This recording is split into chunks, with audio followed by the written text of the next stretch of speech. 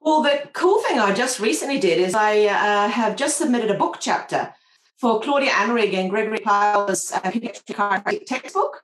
Oh, wow. So they're doing an update, and it was really interesting because they've asked me to write a chapter on the contemporary understanding of the subluxation. And of course, that's exactly what I do. So, I mean, the basic science is about what something is and how something works. So all my 20 years of research is what is a chiropractic subluxation and what is the mechanisms of an adjustment. So that's exactly what they asked me to write about. And it was so much fun. I'm almost kicking myself I haven't done it sooner. Because what I realized is we haven't actually put it out there. Like there's a couple of review articles, but we haven't actually written a summary, especially not one that would be, easy to understand. Well, easy to understand and easy to understand. I mean, I'm talking quite complex neuroscience, but at least as easy to understand for a chiropractor, practicing chiropractor or a student as possible. So that's coming. I'm really excited. It was phenomenal. Only about 720 references and quite a few thousand words. But anyway, we've got so much cool science now about what a subluxation is and the mechanisms of our adjustments. And so it was really fun.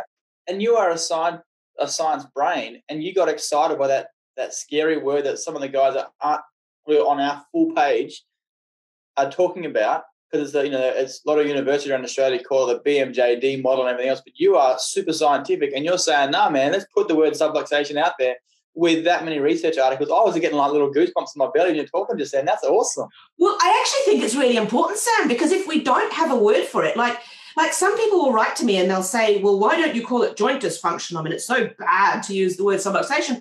And I go, well, I can't. I mean, as a scientist, you've got to be very specific with your terms.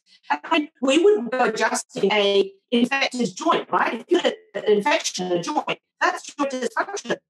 And, you would have had, a really bad arthritis in a joint. We may not want to adjust that. That's joint dysfunction. So if we're not specific about our terms, it makes no sense. I can't use a big umbrella term, oh, we're manipulating joint dysfunction.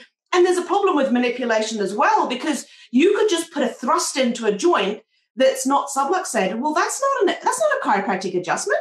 We wouldn't just manipulate a joint for the hell of it. And I've asked chiropractors all around the world, and I go, so, how do you determine where to direct your force? And I'm not using any words, right, that could be inflammatory. And every single one of them tell me they're looking for that joint that isn't working properly.